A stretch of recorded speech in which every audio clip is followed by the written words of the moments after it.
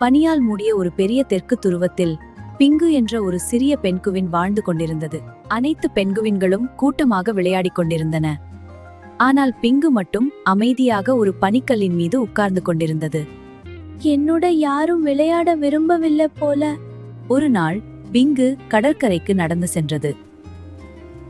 அப்போது ஒரு சிறிய சீல் குட்டி பனிக்குள் சிக்கி தவித்துக் கொண்டிருப்பதை பார்த்தது.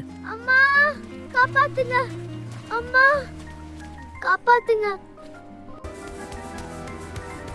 பயப்படாதே, நான் உன்னை காப்பாத்துறேன். பிங்கு உடனே தைரியமாக ஓடி சென்று பனியை தள்ளி அந்த சீல் குட்டியை வெளியே காப்பாற்றியது. சில நேரத்தில் அந்த சீல் குட்டியின் குடும்பம் வந்தது. நீ ரொம்ப நல்ல பெண்குவின். அதை பார்த்த மற்ற பெண்குவின்களும் பிங்குவை பாராட்டினார்கள். நாம் எல்லோரும் சேர்ந்து விளையாடலாமா? அந்த நாள் முதல் பிங்கு தனியாகில்லை.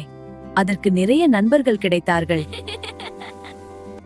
இதுதான் என் வாழ்க்கையில் சிறந்த நாள். பிங்கு மகிழ்ச்சியாக பனியில் ஓடி விளையாடியது. நல்ல மனம் கொண்டவர்களுக்கு எப்போதும் நல்ல நண்பர்கள் கிடைப்பார்கள்.